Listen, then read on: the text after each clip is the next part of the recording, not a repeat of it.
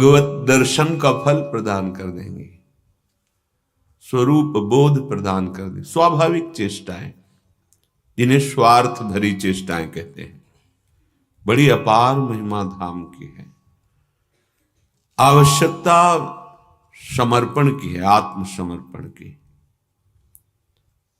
यहां आगे अगर हमें आने को मिल गया या थोड़ा भी वास करने को मिल गया, तो जो बहुत वर्षों साधना से अध्यात्म उन्नति नहीं होती, वो यहां दिनों में होने लगती है। ये अनुभव की बात कह रहे हैं।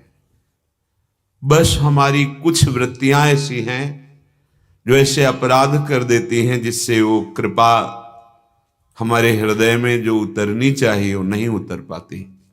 श्रीपाद बड़ी महिमा की बात कह रहे हैं। कह रहे हैं, वृंदाटव्या मटनमिहि चेत कोटि तीर्थाटनैः किं पक्षादीनां यदि ऋत मिहाकर्णि तत्तु श्रुतैः किं वृक्षाद्याख्या प्रकथन रुचौ स्तोत्र मंत्रादिकैः किं दृष्टिर्यत्र क्वचिदिहरता चेदलं ध्यान लक्ष्यैः। बड़ी महिमा की बात कर। यदि तुम्हें वृंदावन आने को मिला और तुम यहां की गलियों में घूमे और वृंदावन की परिक्रमा कर लिए एक बार, तो बोले करोड़ों तीर्थों के करने का जो फल है वो इसकी समानता नहीं कर सकता। कोटि तीर्थाटनैः किम, करोड़ों तीर्थ। करोड़ों तीर्थ करना कोई साधारण बात है? करोड़ों तीर्थ मतलब विश्व में जितने तीर्थ हैं वो सब एक आदमी कर ले और एक वृंदावन आ जाए, यहां की गलियों में दर्शन हेतु भ्रमण करे। बहुत महिमा है इन कुंज वीथियों की। लौकिकता का विस्तार होना मायाकृत प्रभाव है, पर इन छोटी छोटी कुंज वीथियों का एक अपना प्रभाव है। ये दिव्य हैं, इसको लौकिकता में न देखा जाए। यहां प्रभु की विशुद्ध लीलाएं हुई हैं, हो रही हैं, होती रहेंगी। इन गलियों में भ्रमण करना मात्र ही भजन माना जाता है। बहुत दिव्य स्थान है। कहीं तुमने वृंदावन की गलियों में भ्रमण कर लिया? कैसे भ्रमण? चलते हैं निधिवन राज दर्शन। अब देखो छोटी छोटी गलियां जो वीथियां हैं, कोई ऐसी वीथी नहीं जिसमें लीला ना हुई हो, कोई ऐसी गली नहीं जिनमें हमारे प्रभु की लीला ना हुई हो। ये बड़ी परम पावन है और यहां जो वास करते हैं सब भगवत स्वरूप है। चलो राधा रमण जी के दर्शन करते हैं। राधा दामोदर सेवा कुंज गलियों से होकर जा रहे हैं। बोले करोड़ों तीर्थ उसकी समानता नहीं कर सकते। वृंदाटव्या मटन में, अटन मने घूमना, वो घूम रहा है, भ्रमण कर रहा है दर्शन हेतु, तो करोड़ों तीर्थ करने का जो फल है वो वृंदावन की गलियों में जो घूमा दर्शन हेतु उसकी बराबरी नहीं कर सकता। और कहीं वृंदावन की परिक्रमा एक बार कर ली, कितना अहोभाग्य। अब तो उसकी कोई समानता ही नहीं कर सकता। पर परिक्रमा पद्धति से दे, जहां से भी प्रारंभ करे, साष्टांग पंचांग मस्तक रखकर वृंदावन की भूमि को प्रणाम करके और मौन ले। बातचीत करते हुए परिक्रमा नहीं दी जाती। बड़े जो महापुरुष जन हुए, जैसे पूज्य पंडित श्री गया प्रसाद जी महाराज, जब परिक्रमा तो बस मौन और नाम जप शुरू। अगर कोई संत महात्मा मिल गए और बात करना शुरू किया तो खड़े हो जाते। पहले बात हुई, फिर मौन हुए, फिर परिक्रमा। अब भगवत चर्चा के सिवा कोई अन्य बात नहीं, मौन। नाम जप करते हुए, और अपने दाहिने आराध्य देव होते हैं, जैसे गिरिराज जी या वृंदावन या बरसाना। दाहिने न थूकना है, ना लघु शंका करनी है, और नाक कुल्ला आदि करके उधर बहुत सावधान। बाएं हाथ की तरफ अगर आपको लघु शंका लगती है तो जल की व्यवस्था के साथ आप लघु शंका जाइए, इंद्री को पवित्र कीजिए, फिर रज लगाकर हाथ धोइए, फिर 3 बार नाम लेते हुए आचमन कीजिए, चरण प्रक्षालन, फिर परिक्रमा। अगर आप नाम जप करते हुए पद्धति से एक परिक्रमा लगा लिए तो करोड़ों तीर्थों के अवगाहन का फल वृंदावन की एक परिक्रमा के बराबर नहीं। स्वयं प्रयागराज जी आते हैं, धाम को प्रणाम करके रज में लौटते हैं और निष्पाप हो जाते हैं। गर्ग संहिता में पढ़ के देखना। समस्त तीर्थ प्रयागराज जाते हैं, प्रयागराज पावन होने के लिए धाम में आते हैं। विश्व में श्रीधाम वृंदावन की समानता करने वाला कोई नहीं। और विश्व के अतीत जो भगवान का वैकुंठ धाम है, रज की तुल वैकुंठ नहीं और लोक की माही, रज की तुल वैकुंठ नहीं, ये वृंदावन रज है, ये ब्रज रज है। अहो भाग्य वृंदाटव्या मटनमिहि चेत कोटि तीर्थाटनैः किम। यदि आपने वृंदावन की वीथियों में चलो बिहारी जी के दर्शन, राधा वल्लभ जी के दर्शन, ऐसे मंगलमयी भावना से नंगे पैर देखो, आपका शरीर रोग ग्रसित नहीं है, यदि स्वस्थ है, ऐसा डॉक्टरों ने नहीं कहा कि आप पादुका ही पहने रहें, नहीं तो इन्फेक्शन हो जाएगा आदि आदि, तो बात अलग है। नहीं तो मंदिर में सीढ़ी के ऊपर पादुका नहीं पहननी चाहिए। अगर आप कैसी भी परिस्थिति में हो तो सीढ़ी के नीचे तक तो चलो ठीक है। वैसे तो बहुत अच्छा है, जहां आप वास कर रहे हो वहां से दर्शन हेतु तो जब जाओ तो नंगे पैर जाए। भरत जी महाराज जब सियाराम जी के दर्शन करने चित्रकूट जा रहे हैं तो अत्यंत सुकुमार तलवे हैं और उस भूमि में चलने से बड़े बड़े छाले पड़ गए। ऐसा लग रहा है मानो अरुण कमल में जल की बूंदें, एकदम सुकुमार चरण। ये देख करके पूज्य जनों ने भरत जी से कहा, आप थोड़ी देर सवारी पे बैठ जाइए, रथ पे घोड़े पे बैठ जाइए। भरत जी की आंखों में आंसू आ गए और उन कहा, जहां मेरे रघुनाथ जी के चरण पड़े हैं वहां आप कह रहे हैं हम सवारी पे बैठ जाएं। सिर भर जाऊं उचितस मोरा, सबते सेवक धर्म कठोरा। मैं सेवक हूं, मेरे स्वामी, उचित तो ये है कि जहां उनके चरण पड़े वहां मैं सर के बल जाऊं। भक्ति का स्वरूप है, प्रेम का एक स्वरूप है, ना मोजा ना जूता। ये थोड़ा तो स्वामी के प्रति जो लाभ लेने आए थोड़ा तो करो। सीढ़ी के ऊपर पादुका नहीं।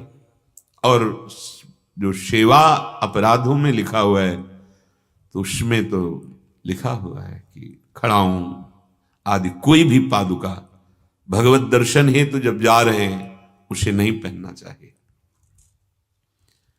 प्रभु के दर्शन के लिए जो आप चल रहे हैं एक एक कदम, करोड़ों तीर्थ आपकी समानता नहीं कर सकते। ये जो लाभ मिल रहा है, अरे भक्ति में कोई ज्यादा पसीना चुआने की जरूरत नहीं, समझने की और भाव की जरूरत है। जैसा आपका भाव प्रबल होता जाएगा वैसे ही भगवत समीपता का अनुभव होने लगेगा।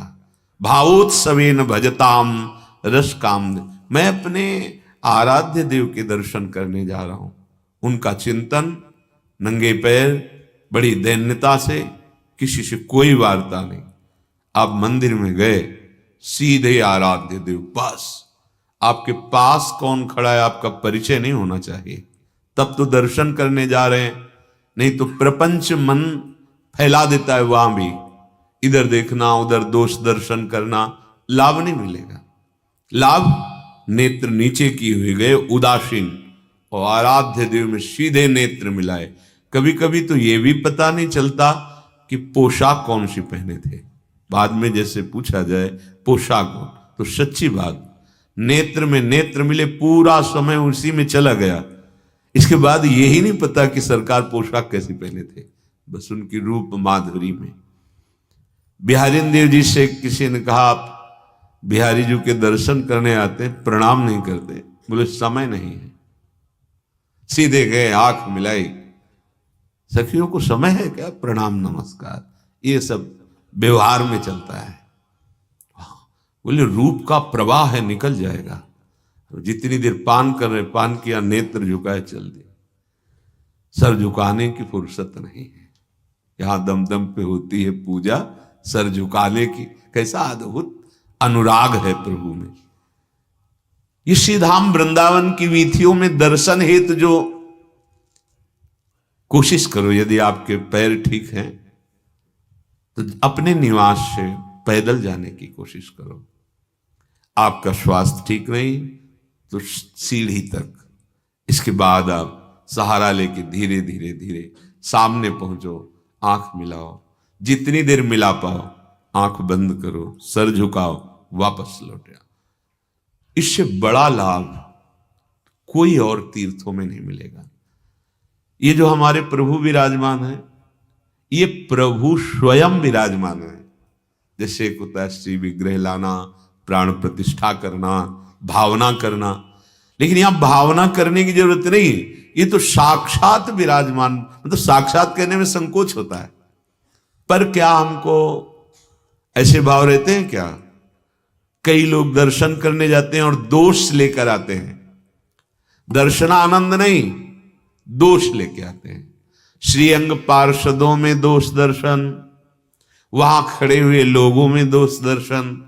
देखने गए थे श्री जी को और देख पाए दोष, और आनंद की जगह अशांति, लाभ की जगह हानि करके चले आते हैं।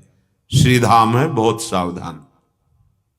परिक्रमा लगा लेना, कुंज वीथियों में विहरण करते हुए प्रियालाल के श्रीअंग के दर्शन करना। बिहारी जी, राधा वल्लभ, राधा रमण, राधा दाम, कितना सुंदर स्वरूप है हमारे प्रभु का। हमारे नेत्र जो है मलिन है, वो तो स्वरूप का दर्शन नहीं कर पा रहे।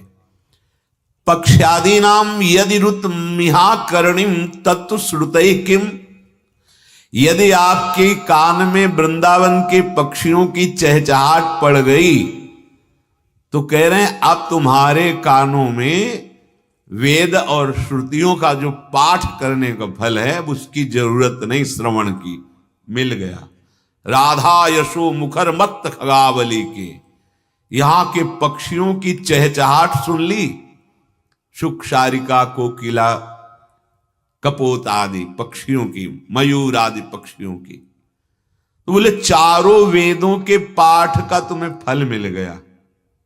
कैसी महिमा है।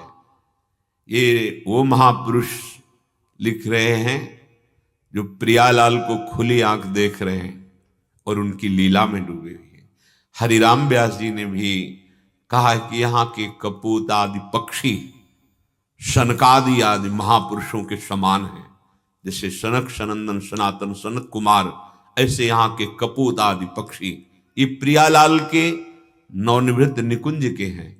स्वयं हित सजनी जो हरिवंश महाप्रभु के रूप में प्रकट हुई, वो प्रार्थना करती हैं, हे राधाया रतिग्रह शुकाह, हे मृगाह, हे मयूराह, भूयो भूयः प्रणतिभिर्हम प्रार्थे ओ नुकंपाम।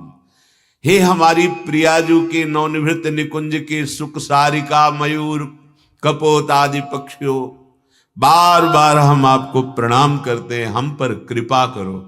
पक्षियों से कह रहे हैं। हरिराम व्यास जी कह रहे हैं यहां के जितने पशु पक्षी हैं उनकी हम शरण में हो, सब हम पर कृपा करें। जो वृंदावन धाम के पक्षी हैं ये सब सनकादि के समान बड़े बड़े तपस्वी महर्षि हैं। खगमृग पशु पंछी जे आ बन के चरण शरण रख लीजिए, चरण शरण रख लीजिए। पक्षादि नाम यदि रुत मिहा कर्णिम तत्व श्रुतै किम। वृंदावन के पक्षियों की चहचहाट अब चारों वेदों के पाठ का फल स्वतः प्राप्त हो गया। चारों वेदों का पाठ करना साधारण समझते हो? वृक्षाद्याख्या पर कथन रुचौ स्तोत्र मंत्रादिकैः किम। यदि यहां के वृक्षों का आलिंगन कर लिया और उनके नाम जान गए, ये तमाल है, ये कदम्ब है, ऐसे आप उच्चारण कर रहे हैं, तो बोले आपको बड़े बड़े मंत्रों के अनुष्ठान की अब जरूरत नहीं। सच्ची बात है। सीधे प्रियालाल का प्रेम प्रदान करने वाले ये वृंदावन के वृक्ष लताएं हैं। अब तो बहुत दुर्भाग्य हो रहा है कि सब ऐसी माया का प्रचंड स्वरूप बढ़ता जा रहा है कि जिनसे हमारा परम लाभ होता है वही हमारे से दूर होती जा रही है। प्रेम पदार्थ अति दूर है बिनु से रज रूख। बिना लताओं का दर्शन आलिंगन किए, रज लगाए, रसिकों का संग किए, प्रेम तो बहुत दूर बात हो गई।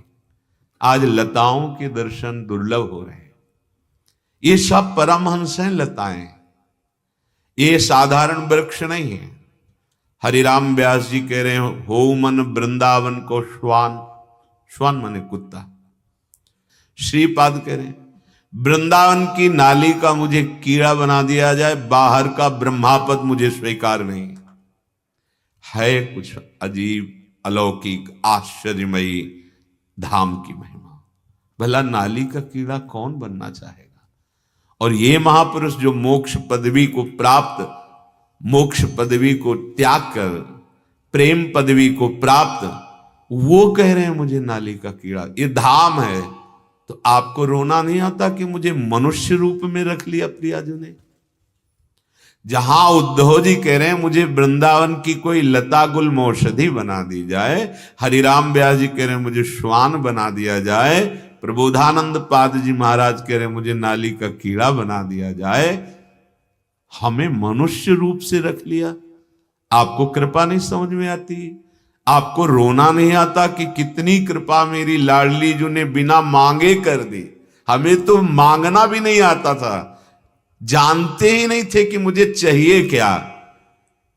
अनिच्छित आवे बरियाई, बरियाई माने जबरदस्ती, अनिच्छित हमारी इच्छा ही नहीं थी, हम जानते ही नहीं थे, जबरदस्ती प्रदान कर दिया, अहेतु की कृपा।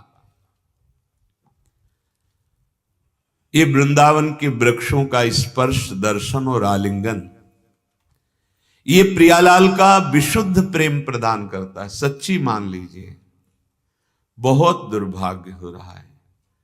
25-26 वर्ष पहले की बात कह रहे हैं, परिक्रमा लगाओ परमानंद, रज ही रज, बस वो थोड़ा सा मार्ग केवल पक्का मिलता था, ये पुलिस चौकी, उधर रज इधर रज, पूरी रज ही रज, जहां बैठ जाओ तो ऐसे गद्दे जैसा कोमल रज, पूरी परिक्रमा लगाए और पैर में थकान नहीं, कहीं चुभन नहीं, कहीं भी मन आवे लौट जाओ। रात्रि के तो अपने लोग बाहर निकल करके रजरानी एकदम शीतल, उसी में लौट जाओ।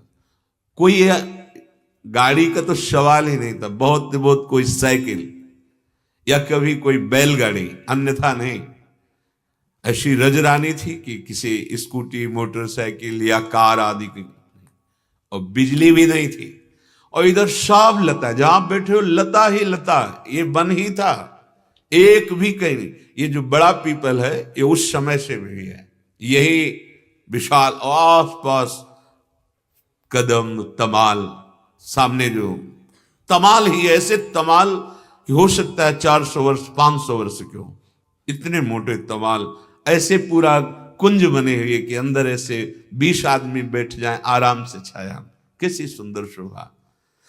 किनारे किनारे ऐसे विशाल वृक्ष, इसी रमण रीति में ऐसा मध्य में विशाल वृक्ष था कि आनंद आ जाए जो उसके नीचे बैठो। पड़े रहते थे भगवान दास जी महाराज, बड़े सिद्ध महापुरुष, दिगंबर ऐसे रजरानी में, और चेष्टा बावरों जैसी करते थे। बड़ी ऊंची कोटि के महात्मा थे, कोई जान नहीं पाया। वृंदावन की रजरानी में से दिगंबर पड़े रहते, ऐसे कोई प्रसाद रख दिया भी पा रहे, वो अपनी तरफ पा रहा है, वो अपनी तरफ पा रहे हैं। बड़ी मस्त भगवदाकार वृत्ति थी। ये धाम है।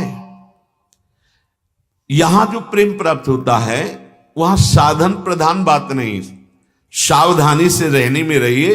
रजरानी का सेवन, कितना भी विक्षिप्त चित्त हो, लताओं के दर्शन करो, तत्काल चित्त वृत्ति श्यामा श्याम में।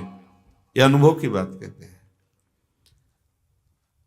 अगर महापुरुषों ने लताओं से कुछ भी लिया है, तुमने देखा है सदगुरुदेव भगवान जैसे श्री जी की झूला के लिए आपसे कुछ टहनियां, तो इसलिए आप कृपा करके भिक्षा रूप में अपनी टहनियां दीजिए झूला में लगाने के लिए।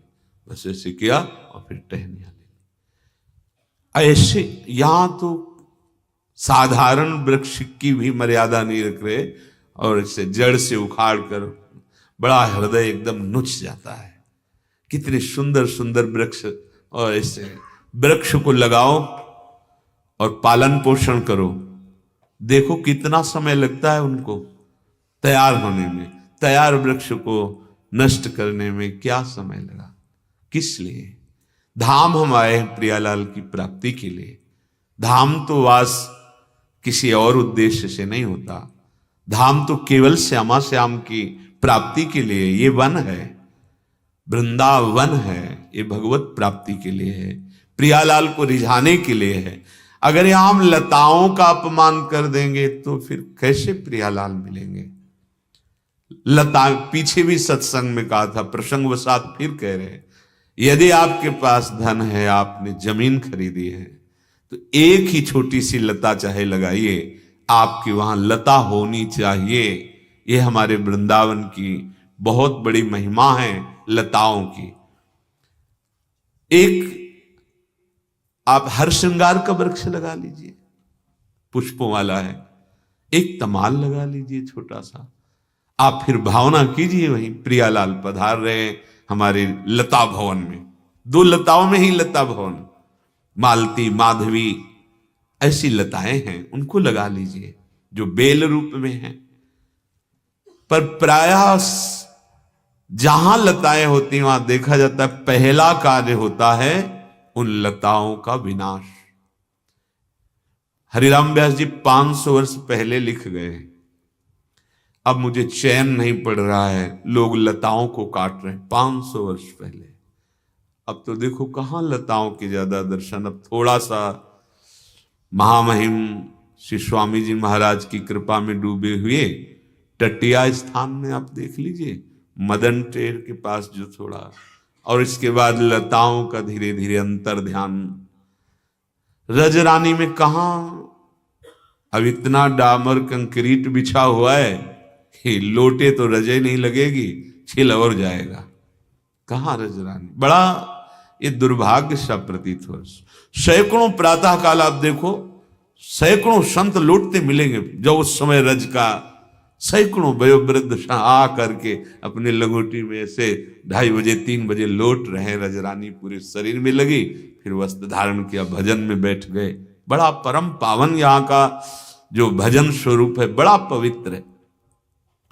वृक्षाद्याख्या प्रकथन रुचौ स्तोत्र मंत्रादिक किम, बड़े बड़े स्तोत्र और बड़े बड़े सिद्ध मंत्रों की भी जो अनुष्ठान करने से फल वृत्ति है, वो केवल यहाँ के वृक्षों का आलिंगन कर, दर्शन करके और ये स्मरण कर, अच्छा ये तमाल है, ये कदम्ब है, ये आंवला है, ये अशोक है, ये नीम है, ऐसा इनका नाम चिंतन हुआ, आलिंगन किया, तो बड़े बड़े स्तोत्र और मंत्रों के अनुष्ठान से जो फल है वो ऐसे सहज हो गया। वृंदावन की लतासम कोटि कल्प तरुणाई, करोड़ों कल्प तरु इसकी समानता नहीं कर। जब कदम्ब जी का आलिंगन जैसे हित धाम में था, ऐसे तो ऐसा लगता मानो प्रिया प्रीतम का आलिंगन हो रहा, मानो मेरे आराध्य देव मेरे गले से लग रहे हैं। दृष्टि यत्र क्वचिति रता चेदलम ध्यान लक्ष्य।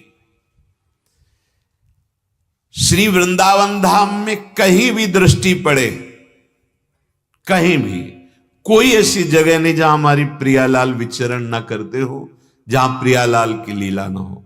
अगर आपने वृंदावन के दर्शन कर लिए तो अब और कहीं तुम्हें दर्शन करने की आवश्यकता नहीं। भाव है, मना नहीं कर रहे, अर्थात आपको सब कुछ प्राप्त हो गया। ये वैकुंठ का भी मूल है श्रीधाम वृंदावन। पीछे के श्लोक में था कि श्रीधाम वैकुंठ भी इसी से है। यह अनादि अनंत महिमा में महामाधुर्य रस धाम है और श्री वैकुंठ धाम ईश्वर धाम है। कैसे? जैसे बिहारी जी के अंश से ही वैकुंठाधिपति भगवान नारायण है, ऐसे ही वृंदावन के अंश से ही परम महामहिम, जिसकी महिमा कभी कुंठित नहीं होती, वो वैकुंठ है। अगर वृंदावन का दर्शन कर लिया तो कह रहे हैं और फिर कहीं आपको दर्शन करने की आवश्यकता नहीं। हां, आप जाना चाहते जाइए, आपकी निष्ठा, आपका भाव, लेकिन आवश्यकता नहीं है। संपूर्ण फल श्री वृंदावन मात्र के दर्शन से प्राप्त हो जाता है। सेयम प्राप्ति ही कोटि चिंतामणि नाम सेयम तृप्ति ही कोटि पीयूष पानात। यदि आपने वृंदावन का सेवन कर लिया तो करोड़ चिंतामणि मिलकर जो आपकी कामना नहीं पूर्ण कर सकती, वो वृंदावन कामना पूर्ण कर देगा। यहां आना, यहां दर्शन करना, यहां कुछ क्षण रुकना बहुत बड़ी बात हो गई यदि अपराध न करें। यदि आप यहां आते हैं तो प्रार्थना है यहां वो सब ना करो जो संसार में करते हो। 10 दिन के लिए, महीना भर के लिए, 2 दिन के लिए, 1 दिन के लिए आए हो, संयम में रहो। बड़े बड़े होटलों में रुके और वही किया जो दिल्ली कलकत्ता में संसार में करते हो। ए भाई नहीं, यहां संयम से रहो, होश में रहो। ये वृंदावन है प्रिया प्रीतम का प्रेम प्रदान करके अद्भुत सुख देने वाला। तुम्हारे सारे पाप नष्ट हो जाएंगे, तुम्हारे को विपत्ति देने वाले कर्म नष्ट हो जाएंगे। यहां आना कोई खेल नहीं है। लाडली जी की असीम कृपा से आप प्रार्थना है हाथ जोड़कर, यदि आप बाहर से आए हो तो यहां वो मत करना जो संसार में करते हो। बहुत धैर्यपूर्वक इंद्रियों को संयम में रखकर जितना कमा सको, राधा राधा राधा राधा, सत्संग सुनो, बिहारी जी के दर्शन करो, परिक्रमा करो, यमुना जी के समीप बैठकर नाम कीर्तन करो। आप जहां रुके हो, जैसी सुविधा में रुके हो, पर संसारिकता मत करो। ये धाम है। यहां आप ऐसे खान पान, ऐसी जगह जगह अपवित्रता कर दें। कुछ भी खाया फेंक, कहीं दोना फेंक दिए, कहीं थूक दिया, कहीं ऐसे नहीं। ये धाम है। एक से एक परमहंस गुप्त रूप से यहां विचरण करते हैं। प्रियालाल यहां विहरण करते। तुम्हें होश में रहना है, गंदगी नहीं फैलाना, बहुत सावधान। आपको अगर थूकने का वेग आ रहा है तो आप रुके रहिए। जहां आपको नाली, जहां ऐसा दिखाई दे कि किसी के पैर न पड़े, वहां थूके। आपको लघुशंका रोके रखिए। ऐसी जगह जहां किसी वैष्णव के पैर न पड़ जाए, कहीं किसी को अपवित्रता न हो जाए। ये धाम है। भले एक दिन के लिए आओ, बहुत बड़ा लाभ मिलेगा, पर होश में आओ। परिवार सहित आए हो तो बस सावधानी से तप पूर्वक रहो। 24 घंटे तप पूर्वक रहो, जीवन का लाभ मिलने लगेगा। जानते नहीं और मानते भी नहीं। अपने लोगों का कार्य है आपका मंगल, आपका कैसे सुख बढ़े, मंगल हो। पर जैसे छोटा बच्चा है ना, उसको माँ स्नान कराना चाहती तो बुरा लगता है, ऐसे ही छोटे बच्चे हैं अज्ञान की धरा में। संत जन बुरा नहीं मानते, जानते हैं कि भगवान की माया के द्वारा बुद्धि अपहृत हो गई। पर यदि आप हमारी प्रार्थना माने, धाम में आकर ऐसी कोई नशा, ऐसा कोई गलत आचरण ना करें, तो 24 घंटे वास मात्र से आपके पूरे जीवन का काम बन जाएगा। आपको नरक नहीं जाना पड़ेगा, आपका मंगल शुरू हो जाएगा। कह रहे सेयम प्राप्ति कोटि चिंतामणि नाम। एक चिंतामणि सारी चिंताओं का नाश कर देती है। करोड़ों चिंतामणि वृंदावन की समानता नहीं कर सकती, क्योंकि प्यारी जी के चरण चिन्हों से युक्त भूमि है। सेयम तृप्ति कोटि पीयूष पानात। अमृत पान किए हुए देवता भयभीत रहते हैं। अमृत पान किए हुए देवता वासना से युक्त रहते हैं। लेकिन ये प्रेमामृत ऐसा वृंदावन पिलाएगा, ना कोई वासना रह जाएगी, ना कोई भय रह जाएगा। असीम अपार आनंद की अनुभूति। जो वृंदावन का सेवन करता है कोई कामना अधूरी नहीं रह जाएगी, और ऐसा प्रेमामृत का पान होगा, ब्रह्मादिक के भोग सब विषम लागत है। सेयम सम्यक भक्ति सन्मुक्ति कोटिर। अगर वृंदावन का सेवन करने का सौभाग्य मिल गया तो ऐसा भक्ति का प्रेम सुख मिलेगा जहां करोड़ों मोक्ष लघु हो जाते हैं। श्रीपाद कह रहे हैं जो मोक्ष सुख को प्राप्त महापुरुष हैं। यक्षी वृंदारण्य आत्मार्पणेद्या, वो बड़ा भाग्यशाली है जिसने वृंदावन को आत्मसमर्पण कर दिया, अर्थात अखंड वृंदावन वास। उसके भाग्य की महिमा क्या कहना। पर वो भी कम नहीं है जो वृंदावन का आश्रय लेकर वृंदावन की रसोपासना में अपने चित्त को लगाए हुए। हरिराम व्यास जी प्रिया प्रीतम से प्रार्थना करते हैं कि जीवत मरत अब वृंदावन सरने, मेरा जीवन मेरी मृत्यु श्रीधाम वृंदावन, अब नहीं। कितना प्रेम वृंदावन से हरिराम व्यास जी को। उनके शिष्य मधुकर शाह जी, परिवार के जन सब आए, बहुत प्रार्थना की, ना यहां से नहीं जाएंगे। तब एक उपाय सूझा कि अगर गुरुदेव कह दें तो हरिराम व्यास जी बड़े विद्वान और महाभागवत, हरिवंश महाप्रभु से प्रार्थना की कि जय जय ये यहां रहेंगे तो इनका परम लाभ है, और अगर ये ओरछा गए तो लाखों लोगों को भक्ति में डुबो देंगे, आप आदेश कर दो। हां, सरल स्वभाव महाप्रभु का, हां ठीक है। अब जब ये सूचना मिली कि महाप्रभु ने कह दिया हां ठीक है, अब तो बहुत विकल हो। गुरु आज्ञा और धाम छोड़कर जाना अब तो जी नहीं पाएंगे। बस लताओं को पकड़ पकड़ के, जैसे कोई बच्ची विदा होती ब्याह के समय तो अपने सुहृदजनों को चिल्ला चिल्ला के रो रहे, ऐसे विकल होके कि अगर किसी ने कहा तो प्राण निकल जाएंगे। तो पारिवारिक जन और मधुकर शाह जी ने देखा, महाप्रभु ने कह दिया था, उनकी हिम्मत नहीं पड़ी हरिराम व्यास जी से कहने की कि आप ओरछा चलिए, वापस चले गए। ये इतना वृंदावन के प्रति आसक्ति, हिम्मत नहीं पड़ी उन लोगों की महाप्रभु के कहने पर भी कि हरिराम व्यास जी से कह दे। चिल्ला चिल्ला कर, मैं नहीं जी पाऊंगा वृंदावन के बिना। जीवत मरत वृंदावन सरने, सुनहु सुचित हुए श्री राधा मोहन, ये बिनती मन धरने। सुन लो मेरी बात, हे श्यामा श्याम, हे राधा मोहन, मेरी प्रार्थना सुन लो, मेरी विनती सुन लो और अपने मन में धर लो कि अब हम वृंदावन से जाने वाले नहीं। जीवत मरत वृंदावन शरणे, मेरा जीवन और मेरी मृत्यु अब वृंदावन ही है। बड़े भाग, बड़ो भाग वृंदावन पायो, बड़ी बात बन गई।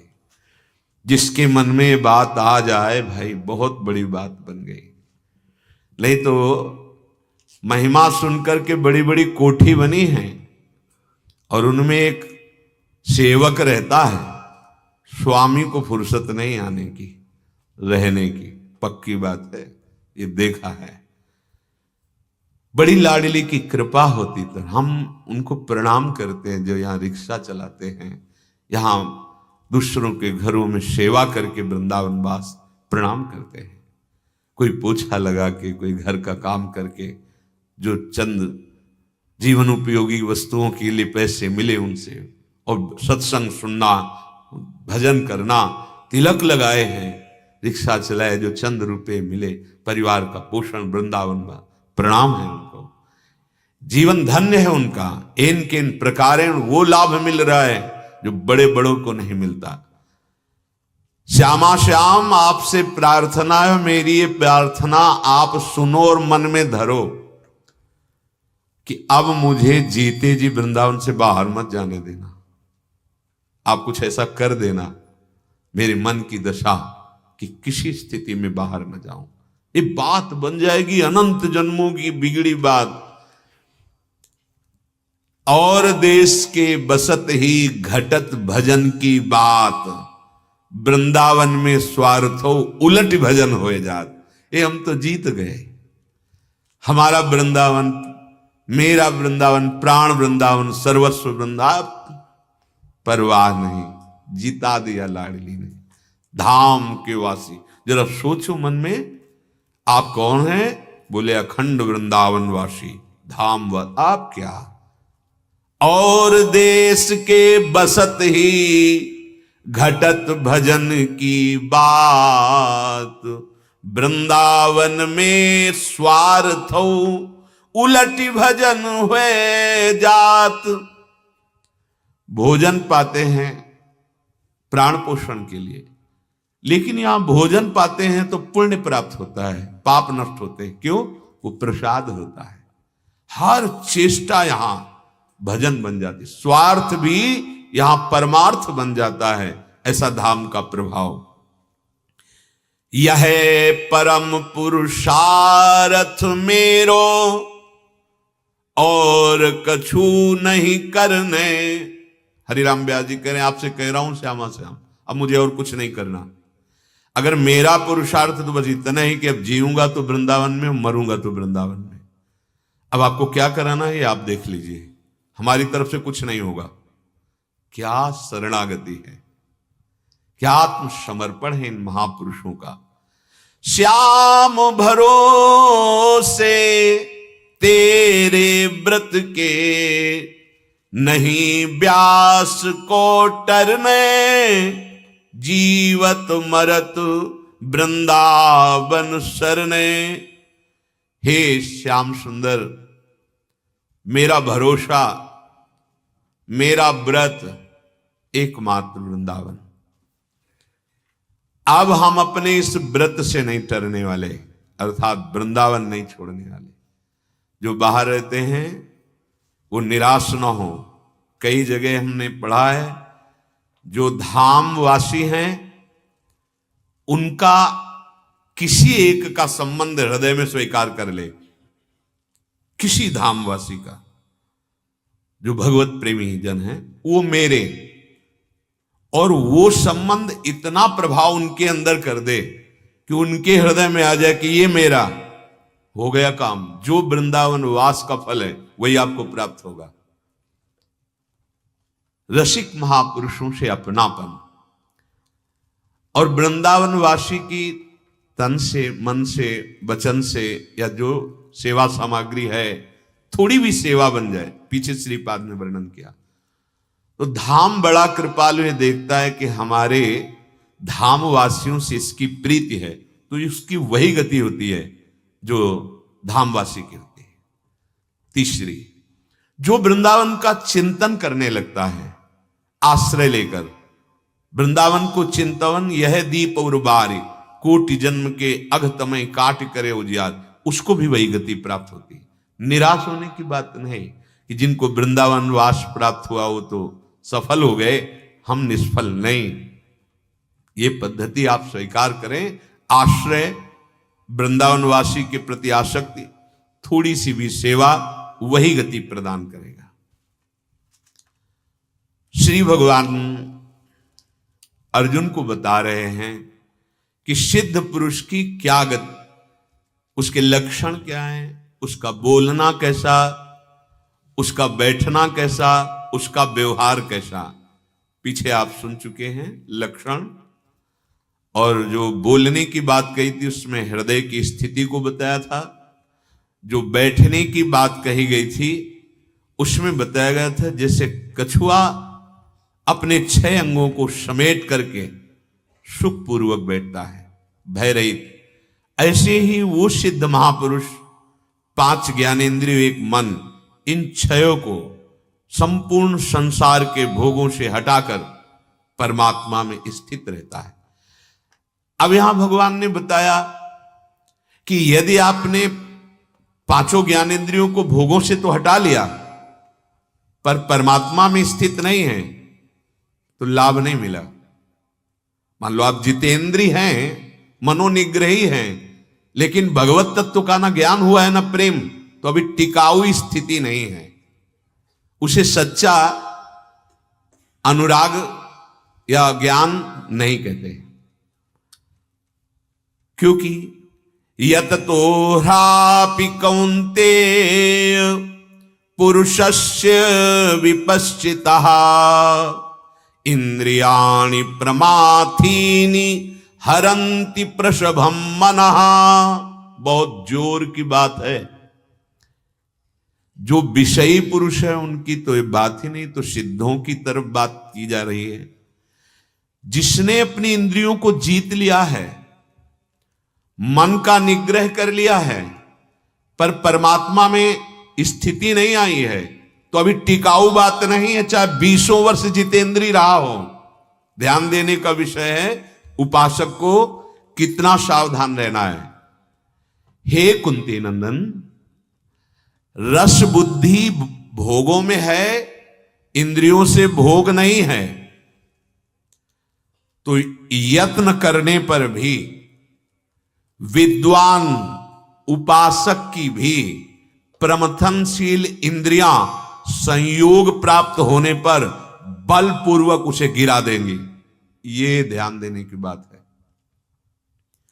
इसीलिए जब तक वास्तविक सब में भगवान का दर्शन ना होने लगे, तब तक बिल्कुल अपने को यह न समझे कि मैं जितेंद्रिय हूं, मुझे कोई भ्रष्ट नहीं कर सकता, कभी नहीं।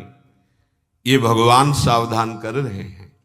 जब तक रस में स्थिति ना हो जाए, तब तक उपासक के गिरने की पूरी गुंजाइश है। चाहे वो 20 वर्ष से जितेंद्रिय हो चुका हो, 20 वर्ष हो गए जितेंद्रिय है, पर वो गिर जाएगा। अगर वो कहीं संयोग को प्राप्त हुआ तो भगवान कह रहे इंद्रियाणि मनः प्रसभम हरंती। ये दोनों का स्वभाव है मथन करके इतनी व्याकुलता पैदा कर दे कि फिर गिरी ही जाए। इसी बात को भगवान श्री कृष्ण द्वैपायन व्यासदेव जी ने कहा, मात्रा स्वस्रा दुहित्रा वा न विविक्ता सनो भवेत बलवान इंद्रिय ग्रामो विद्वान समपि कर्षति।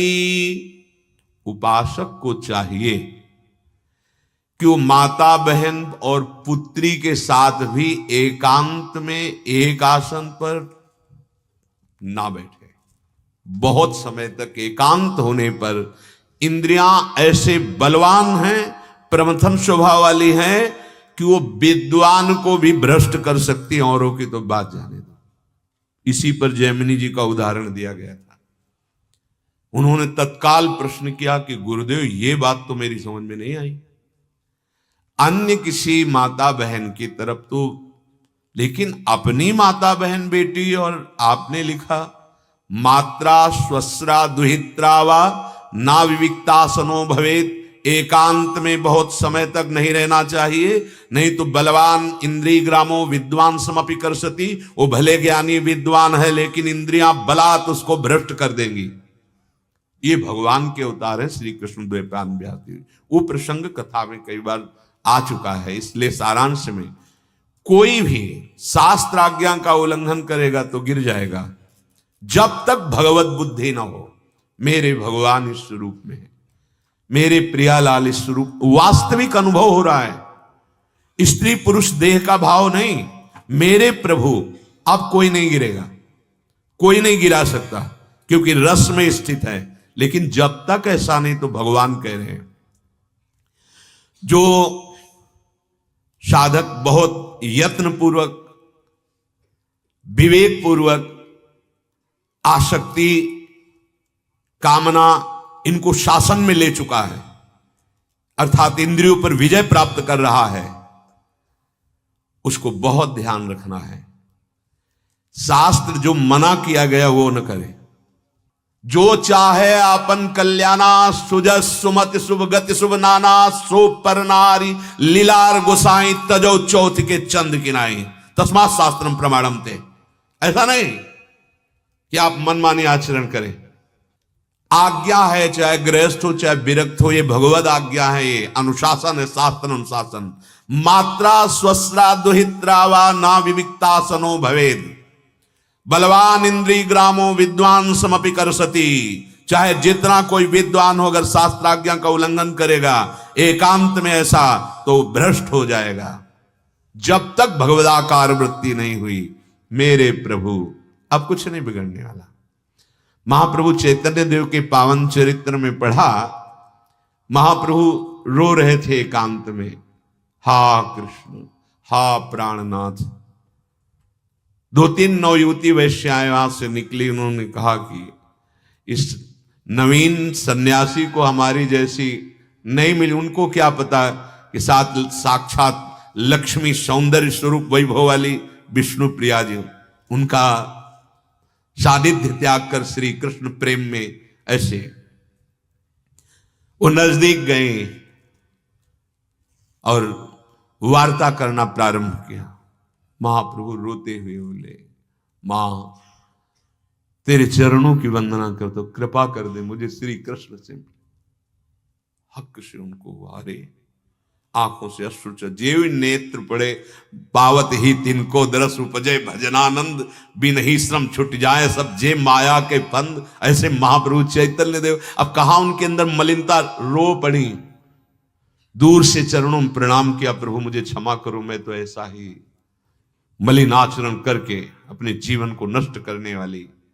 कृष्ण कृष्ण कहो, कृष्ण कृष्ण। जब सब में हमें हमारे प्रभु दिखाई दे रहे हैं, सब में हमारा परम भाव, फिर कोई नहीं। जब तक हमें स्त्री दिखाई दे, पुरुष दिखाई दे, भाव में अपवित्रता आने की संभावना है। इसीलिए भगवान कह रहे हैं, यततो ह्रापि कौन्ते पुरुषस्य विपश्चिता। जब तक ये बुद्धि है कि ये भोगा जा सकता है, ऐसी बुद्धि है, तब तक यत्न करते हुए भी विद्वान उपासक की इंद्रियां प्रमथनशील है, सावधान उसे भ्रष्ट कर देंगी। ये तानि सर्वाणि संयम्य, ये तो पहले भी कह चुके कि वो अपनी इंद्रियों को जितेंद्रिय किया हुआ, संयम में लिए हुए। इतना ही नहीं, युक्त आसीत मत्परहा। ये खास बात यहां जो बता रहे हैं भगवान, युक्त आसीत मत्परहा वसे ही यस्येन्द्रियाणि तस्य प्रज्ञा प्रतिष्ठिता। साधक संपूर्ण इंद्रियों को वश में करे, करना ही है, पर मेरे परायण होकर। ये खास बात, भगवान का आश्रय और भगवान का चिंतन चल रहा है, नाम जप कर रहा है, किसी की ताकत नहीं कि भ्रष्ट कर दे। पक्का विश्वास रखना, करो सदा तिन कै रखवारी, जिम बालक राखे महतारी। मन और इंद्रियों पर ऐसे भगवान शासन रखते हैं जैसे अर्जुन के रथ के घोड़ों की लगाम पकड़े हैं ना, ऐसे उपासक के हृदय में भगवान उसको आश्रित मत पराया, मत परहा, मेरे परायण, मेरे परायण। नाम जप, लीला गायन, भगवत आश्रय और आज्ञा का पालन। भगवान कहते मेरा वही सेवक है जो मम अनुशासन माने। मेरी आज्ञा भगवान की आज्ञा है, ऐसा कभी गलती ना करे। जो शास्त्र कह रहा वैसे चले, चाहे गुरु बहन हो, कोई भी संबंध हो, अकेले कभी संभाषण न करे। मर्यादा है, चाहे गुरु भाई हो, जैसी मर्यादा रखी गई वैसे। हाँ, हमें अगर कोई संभाषण करना है तो 4 साधक खड़े हुए, अगर हमें संभाषण करना है तो 4 सखियों के साथ हम बात करें। अकेले एकांत स्थान में बहुत कोशिश करने पर भी प्रमथनशील इंद्रिया और प्रमथन स्वभाव वाला मन ये फंसा देगा, पक्का पक्का। बहुत सावधानी की आवश्यकता है, बहुत कीमती आपका जीवन है। आप जिस मार्ग में चले हैं, अनंत जन्मों की बिगड़ी बन जाएगी। बस संभाल लीजिए। फिर एक स्थिति ऐसी आती है जैसे भुना हुआ अन्न, अब उसमें अंकुरण ही नहीं होता। अब उसमें जैसे निर्मल जलाशय प्राप्त होने के बाद फिर कहीं गड्ढों की याद नहीं आती, ऐसे उसके हृदय में विषयों के प्रति तनिक भी सुख बुद्धि नहीं रह जाती। तो आसपास विषय ढेर सारे, क्या फर्क पड़ता है। तान सर्वाणि संयम्य युक्त आसीत मत्परः, बलपूर्वक मन का हरण करने वाली इंद्रियां हैं और इंद्रियों का हरण करने वाले विषय हैं। नेत्रों से देखा, कानों से सुना, ये सब इंद्रियां हैं। बस मन को इंद्रियों ने बलात् आकर्षित किया, मन ने संकल्प बनाया, अब जो होगा सो देखा जाएगा, वो गिर गया। कामना इतनी प्रबल हुई कि स्मृति काम ही नहीं कर पाई। बोलने में इतना देर लगा, कामना और स्मृति बोलने में देर लगा, अपहरण करने में देर नहीं लगता। इंद्रियां बलात् मन का अपहरण, मन बलात् बुद्धि का अपहरण और विषय इंद्रियों का अपहरण कर लिए। अब ये होता है कि हम तो चाहते नहीं थे, पता नहीं कैसे हो गया, पता नहीं कैसे हो। ये पता है शास्त्र आज्ञा का उल्लंघन हुआ है पक्का। अगर गुरु आज्ञा शास्त्र आज्ञा का उल्लंघन न हो तो सच्चे हाथ उठा कहता हूं, माया की ताकत नहीं कि अपने सहायकों के साथ कुछ भी बिगाड़ सके। जब हम अपनी लक्ष्मण रेखा पार करते हैं तभी माया का आक्रमण होता है, अन्यथा पक्का विश्वास करो नहीं। क्योंकि माया मायाधीश की है और हम उनके दास हैं। मामे वे प्रपद्यन्ते माया में ताम तरंति थे। इसीलिए भगवान बोले, इंद्रियों को जीत लिया, मन का निग्रह कर लिया, लेकिन परमात्मा में स्थिति नहीं तो भ्रष्ट होने में संशय नहीं। भले वो कितना बड़ा विद्वान हो, अगर शास्त्राज्ञा का उल्लंघन करके कहीं भी एकांत ऐसा सेवन तो नष्ट हो जाएगा। क्या करे, तान सर्वाणि संयम में युक्त आसीत मत्परः, जब मेरे परायण होगे तो मेरी जिम्मेवारी बन गई, योगक्षेमम वहाम्यहम्, और मेरे परायण होगे तो रस बुद्धि भोगों की खत्म हो जाएगी। पक्का, ये भी पक्का। जब भगवदानंद का स्फुरण होता है या भगवदानंद की प्रबल लालसा होती है, लगन जिसे कहते हैं, उसी में ब्रह्मादिक के भोग सब विषम लागत ताय, नारायण ब्रज चंद की लगन लगी है जाए। बिल्कुल सावधान। अगर आप थोड़ा भी भजन करने लगे तो आप देखिए थोड़ी भी गलती आपको जलाने लगेगी, आपके हृदय में अशांति पैदा हो जाए। यह है भजन का फल। पहले आप गंदे आचरण करते थे लेकिन आपको अशांति नहीं होती थी, अब आप थोड़ा भजन करने लगे तो अशांति। सोचो, जिनका निरंतर भजन चलता है कैसे हो सकता है। एक स्थिति आती है, हर समय अपने प्रिया प्रीतम में स्थित है, उसके लिए लिख दिया, कर्माणि श्रुति बोधितान नितराम कुर्वन्तु कुर्वन्तु मा गूढ़ाश्चर्य रसा सर्गादि विषयान ग्रहणन्तु मुंचन्तु वा। वो कोई फर्क नहीं ऐसी महान स्थिति में। लेकिन जब तक अपने अंदर वो स्थिति नहीं है, वो हृदय में आती है तो पता, जैसे कैसे हम जानेंगे स्थिति है, तो जब पेट भर जाता है तो दूसरा बताता है क्या बंद कर दो आपका पेट भर गया। वो हृदय में स्थिति जागृत होती, जाने मोरी छाती, वो हृदय ही जानता है। वसे ही यस्येन्द्रियाणि तस्य प्रज्ञा प्रतिष्ठिता। जो इंद्रियां बलवान मन का अपहरण कर लेती है, साधक सावधान सजगता पूर्वक रहे। जो गुरुजन है बड़े सावधान वृत्ति से आपको जो शासन में लेते हैं उसको स्वीकार ना करे तो बह जाओ संसार में। कोई भी दृश्य आपको फंसा सकता है। जिनके पास मोबाइल है बहुत अच्छा लाभ ले सकते हो आप। बड़े बड़े महापुरुषों के सत्संग सुन सकते हो, बड़े बड़े महापुरुषों के दर्शन कर सकते हो, कहीं भी किसी भी धाम की लीला का दर्शन कर सकते हो, रास दर्शन कर सकते हो। गंदी बातें क्यों देखो, जिससे हमारा मन चंचल हो क्यों देखो। हम बार बार एकाग्रता, ऐसे तो किसी माता बहन को एकाग्रता पूर्वक समाज में देख नहीं सकते, पर आपके पास यंत्र है एकांत होश में सजगता पूर्वक अपनी इंद्रियों को विषयों का दर्शन करने से भी बचावे जब तक भगवत प्राप्ति न हो। बहुत सावधान रह। नैमिषारण्य के एक महात्मा आते थे, वो प्रयास से रहते, चलो स्वामी जी भिक्षा के लिए चल, पीछे पीछे, ना बोलना ना देखना, बैठे बस। बहुत नारायण बोल दिए तो बोल दिए, नहीं बोल। हरि बाबा लाखों भगत थे, पर वो ये गुरुजन महापुरुष ऐसे क्यों रहते हैं? क्या इनमें सामर्थ्य नहीं है क्या? ये देख नहीं सकते क्या? अरे नहीं भाई, इनकी दृष्टि में केवल प्रभु बैठे हैं। पर तस्मात् शास्त्रम प्रमाणन्ते, बहुत होश में। शास्त्र आज्ञा का उल्लंघन करने वाला सिद्ध हो नहीं सकता। जो सिद्ध पुरुष हैं वो तो इसी से सिद्ध हुए हैं, तो उनका स्वभाव ही बन गया है। मनमानी आचरण करने वाला कभी भगवदानंद का अनुभव नहीं कर सकता। तात्पर्य यह हुआ कि साधक जब अपनी इंद्रियों को वश में करके, मन को वश में करके प्रभु में लीन होने के लिए चल रहा है, तो अभिमान न करे कि मैं जितेंद्रिय हूं। दूसरी बात, ये जब अभिमान होता है तब मेरा कौन क्या बिगाड़ लेगा। अब दो बातें आ गई और दोनों गिराने वाली है। पहली हुई शास्त्र के विपरीत बात, इंद्रियों और मन को जो हम जीत पाए हैं वो गुरु कृपा से जीत पाए हैं। उनके द्वारा दी हुई युक्ति, उनके द्वारा दिया हुआ मंत्र नाम से, तो गुरु कृपा से हमारी इंद्रियां, हमारा मन हमारे शासन में आया, हम उनकी गुलामी से मुक्त हो रहे हैं। मुझे कोई बिगाड़ नहीं सकता, ऐसा अभिमान नहीं।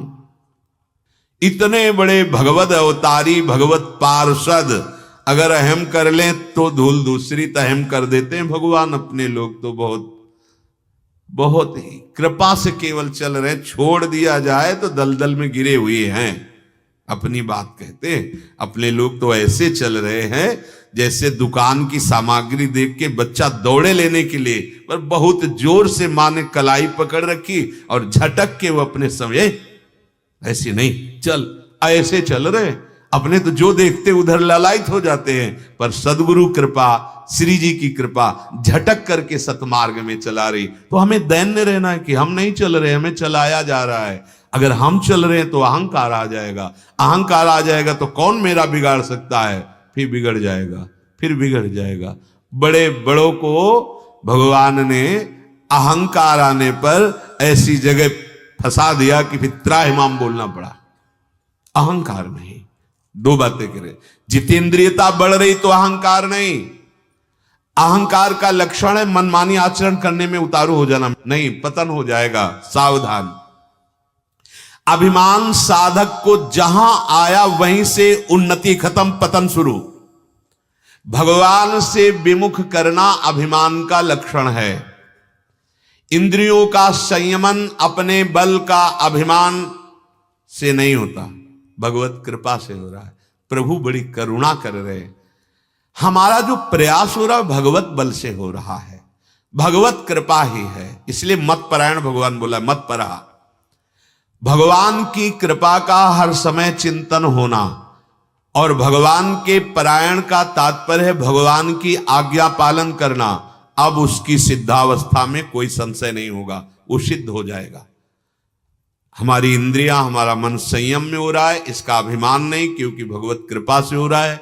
मेरे करुणा निधान आराध्य देव गुरुदेव कृपा कर रहे हैं, इसलिए ऐसा हो रहा है।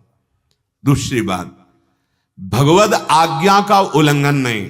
जब लिखा हुआ है कि नहीं संभाषण करना एकांत में, नहीं बैठना एकांत में, नहीं मिलना, तो आपको वैसे ही आचरण करने चाहिए।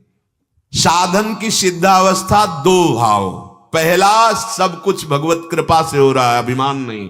दूसरा मेरे गुरुदेव हरि का जो आदेश है वैसा अक्षरशः जीवन में होना चाहिए।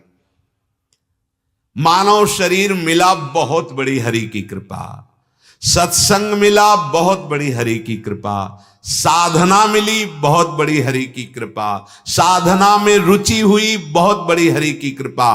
अब सिद्ध भी हो जाओगे हरि की कृपा से। बस प्रभु की कृपा पर दृष्टि रखो, आज्ञा उल्लंघन नहीं। आज्ञा उल्लंघन करने में देर नहीं लगती साधक को, वो डरता नहीं है। अरे यही डर ही डर पे हरिवंशित, डरो। आज्ञा उल्लंघन कर दोगे फिसल जाओगे, बहुत ही फिसलन है। पर साधक जब अपने मन बुद्धि के अनुसार चलता है तो आज्ञा का महत्व नहीं समझ पाता। हाँ, कहा था ऐसा, लेकिन व्यवहार में तो ऐसा हो करना पड़ेगा ना। अगर आपको व्यवहार करने की आज्ञा दी तो सामर्थ्य भी दी, पक्का समझ लेना। गुरु कृपा कवच तुम्हारे ऊपर लगा रहेगा, जाओ तुम बात करो, देखते हैं कौन बिगाड़ सकता है। नहीं बिगाड़ पाएगा, क्योंकि गुरु कृपा कवच है। आज्ञा हो गई, जाओ, जैसे भगवान आज्ञा करें, लड़, युद्ध कर इनसे, तो भगवान कवच की तरह बैठे रहे। बड़े बड़े दिव्यास्त्र उनकी दृष्टि मात्र से नष्ट हो जाते थे। तो जब गुरु कृपा, हरि कृपा, फिर आपको अगर व्यवहार का आदेश है तो कोई नहीं भ्रष्ट कर सकता। और अगर आपको आज्ञा है परमार्थ में कि व्यवहार शून्य जीवन, तो आप व्यवहार बिल्कुल स्वीकार न कीजिए, नहीं तो आप फिर भ्रष्ट हो जाएंगे। उपासक की प्रधानता आज्ञा पर रहनी चाहिए, पुरुषार्थ आज्ञा की पूर्ति में, ना कि आज्ञा उल्लंघन में। अतः भगवान की विशेष कृपा उसके ऊपर होने लगेगी और वो भगवत परायण हो जाएगा। जो भगवान कह रहे मत परहा, प्रभु के परायण का मतलब केवल प्रभु से अपनापन और उन्हीं में महत्व बुद्धि। प्रभु मेरे हैं, मैं प्रभु का हूं, संसार में कोई मेरा नहीं है और मैं संसार का नहीं हूं। ये आ जाएगा भगवत कृपा से। बोले अगर संसार मेरा कोई नहीं है, इसमें मैं किसी का नहीं, तो फिर ये घर गृहस्थी कैसे चलेगी? भगवत भाव, उससे और ज्यादा प्रीति, उससे और ज्यादा निर्मलता। जरा सा तुम्हारे घर में कोई विपरीत बोल दिया, लड़ाई कर बैठे, क्या प्यार है? जब प्रीति आएगी, भगवत भाव आएगा, तो मुस्कुरा कर टाल दोगे और बढ़िया गृहस्थी का व्यवहार बनेगा। प्रभु ऐसे उपासक के भाव में हर समय बने रहते हैं। ध्यान दीजिए, जिसके हृदय में निश्चय हो गया कि मैं प्रभु का, प्रभु मेरे, मैं संसार का नहीं, संसार में कोई मेरा नहीं, हर समय प्रभु उसके भाव देश में बने रहते हैं। यही अनन्य भजन है। साधक का मैंपन प्रभु में समर्पित हो जाता है। साधन की सफलता भगवत परायणता में है। बड़ी महिमा है जो भगवत परायण साधक हो गए हैं। वशे ही यसेंद्रियाणि तस्य प्रज्ञा प्रतिष्ठिता, वो अपनी इंद्रियों को वश में करने वाला भगवत परायण महापुरुष सिद्ध कहा जाता है। श्री भगवान कह रहे हैं, यदि आज्ञा उल्लंघन करोगे, यदि मेरे परायण नहीं रहोगे, तो ध्यायतो विषयान पुंसः, बहुत ध्यान देने योग्य बात है। ध्यायतो विषयान पुंसः संगस्ते सुपजायते, संगात् संजायते कामः, कामात् क्रोधोऽभिजायते, क्रोधात् भवति सम्मोहा, सम्मोहात् स्मृति विभ्रमः, स्मृति भ्रंशात् बुद्धिनाशो, बुद्धिनाशात् प्रणश्यति। जो आज्ञा उल्लंघन करता है उस साधक का विषय चिंतन बनने लगता है। यह है सर्वनाश। कई बार वर्णन किया है कि साधक का एकांत पवित्र होना चाहिए। समाज तो व्यवहार में सब कोई पवित्र रहने की चेष्टा करेगा, थोड़ी भी हरकत आपकी पकड़ी जाएगी। एकांत आपका पवित्र होना, साधु का एकांत निर्मल होता है, इसलिए उसका व्यवहार भी परम पवित्र होता है। ये कपट होता है कि हम व्यवहार में पवित्रता का कपट करते हैं और एकांत हमारा अपवित्र होता है। बहुत ध्यान देने की बात। समाज में तो आप पवित्र रहोगे ही, एकांत आपका पवित्र होना चाहिए। साधक इस बात को बिल्कुल अक्षरशः जीवन में उतारे। आपका एकांत श्रवण, दर्शन, चिंतन पवित्र होना चाहिए। एकांत में एकदम सजग रहना चाहिए, छूट नहीं देनी चाहिए। अब अपने कमरे में गए, बंद किया कमरा, अब तो हम स्वतंत्र नहीं। देखना उसी समय जिनको तुम शासन में ले रहे हो वो तुम्हें गुलाम बनाने की चेष्टा करेंगे। इंद्रियां, मन, बुद्धि। अगर आप आज्ञा पे नहीं हैं, देखो प्रारंभ में जो सदगुरुदेव भगवान कृपा करी थी, प्रथम दीक्षा, तो उन्होंने बताया था कि बच्चा जब तक नींद ना आ जाए तब तक खाली मत रहना। गुरु कृपा से ऐसे सदगुरुदेव भगवान के वचन मिले कि प्रबल लालसा से जो भगे थे तो वैसे ही भगवान ने हाथ पकड़ लिया। बहुत ही निरंतर जप प्रधान जीवन महाराज जी का था। उन्होंने जप में ही लगाया, जब तक नींद ना आवे तब तक हाथ में माला और जपते रहना। कुछ पाठ के क्रम और अधिक जप में लगाया, प्रारंभ से ही जप में, और कहा इस माला से जपने की परिपक्व अवस्था है कि बिना माला के प्रति श्वास में अधिक से अधिक नाम और मंत्र का अभ्यास किया जाए। यह भी बात दिमाग में बैठ गई। 11 बजे रात्रि तक प्रारंभ में जो दिनचर्या बनी हुई थी, जग करके जप करना, और 2 बजे 2:30 बजे गुरुदेव भगवान को उठा देते थे। उस समय उठने की तो सामर्थ्य नहीं थी, नई अवस्था।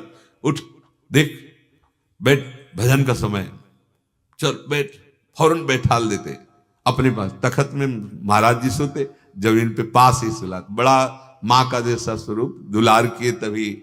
हाँ, बस वहां से बात बैठ गई कि मेरे चिंतन में निरंतर मंत्र रहना चाहिए, नाम जप निरंतर चलना चाहिए। विषय चिंतन के लिए जगह ही ना दी जाए। खास बात है, अगर आप माला में ही केवल अभ्यास करेंगे तो जब माला छोड़ देंगे तो मन कहेगा देखो 11 की बात हुई थी, हो गया, अपना नियम पूरा हो गया, अब चलो। नहीं, इसको 11 तो बाहर से फंसाना ही है माला से, पर अंदर श्वासों की माला में कोई भी श्वास खाली ना जाए।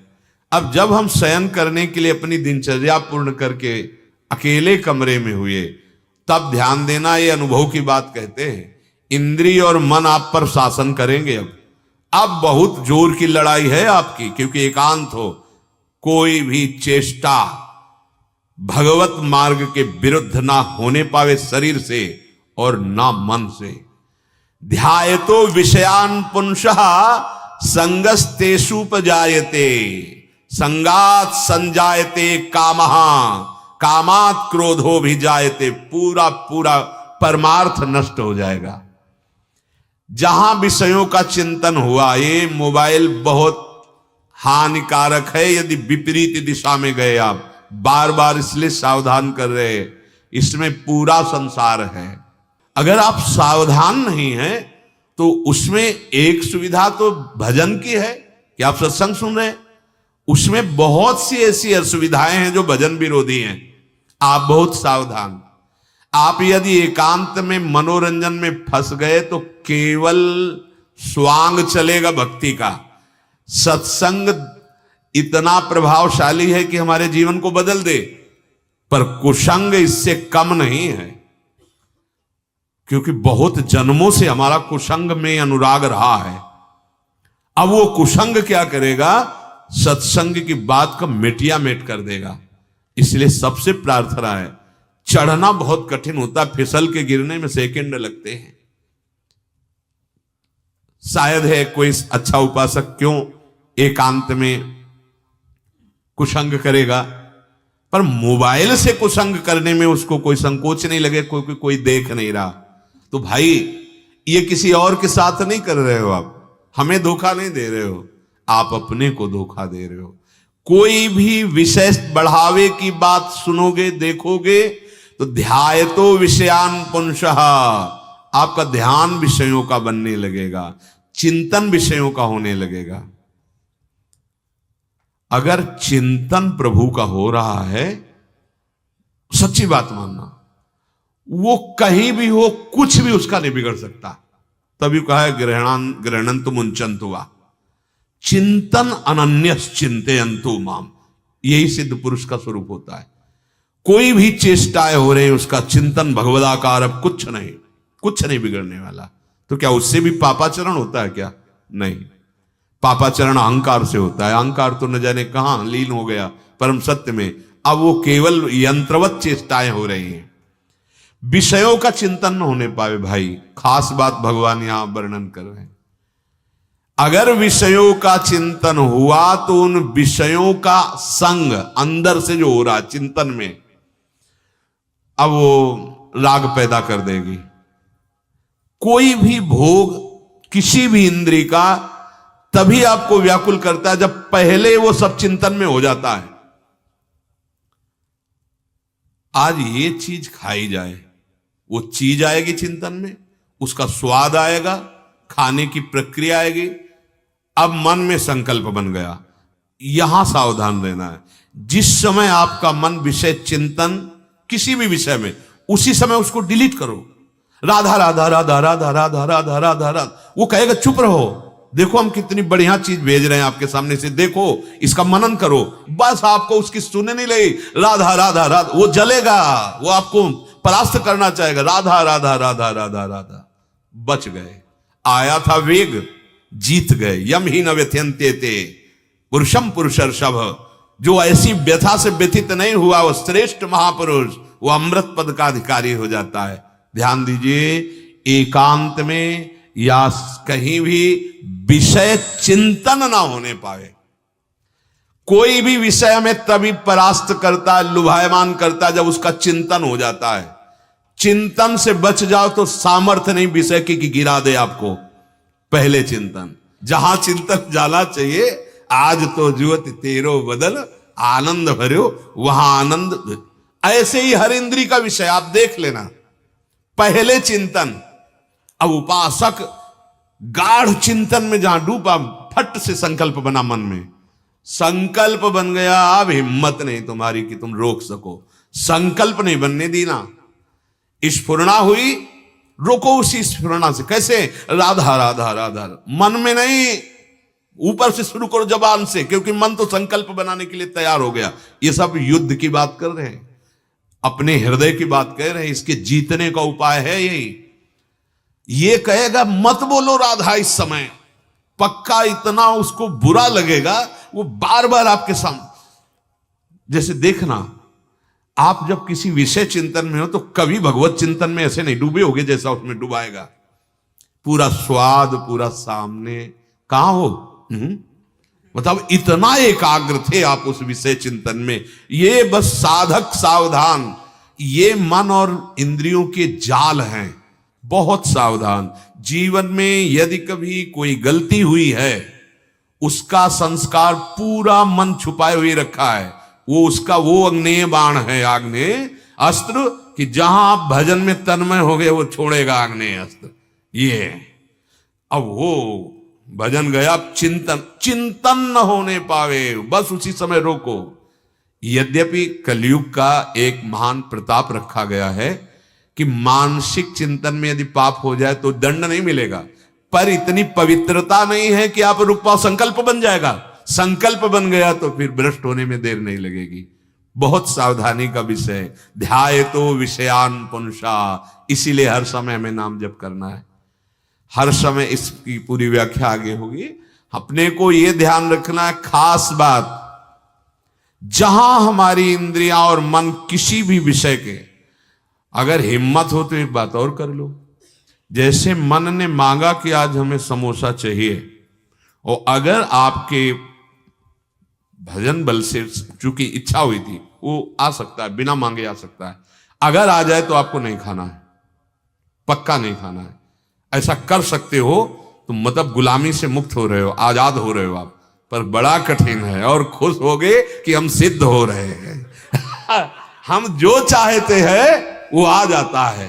नहीं, ये गुरुजनों की बताई हुई बात कह रहे हैं कि आपके मन ने चाहा और वो विषय अनमांगे आ गया, तो आप हर्षित मत होना। आप हर्षित मत होना कि हम तो बहुत ऊंचाई पर चढ़ रहे हैं। ये आपकी ऊंचाई पे चढ़ने के लिए फिसलन डाली गई है। उस चीज को तो खाओ मती। आज क्या बनेगा, ये बना, मन बहुत हर्षित हुआ ना, अब वो नहीं लेना, परोसा जा रहा नहीं, आज ये नहीं, हाँ प्रसाद रूप इतना नहीं। लेकिन ऐसा नहीं होता, आज और कुछ नहीं, वही जो हमारे मन ने चाहा है, बस इस पर देखना है। ये हम हर इंद्री के विषय को कह रहे हैं।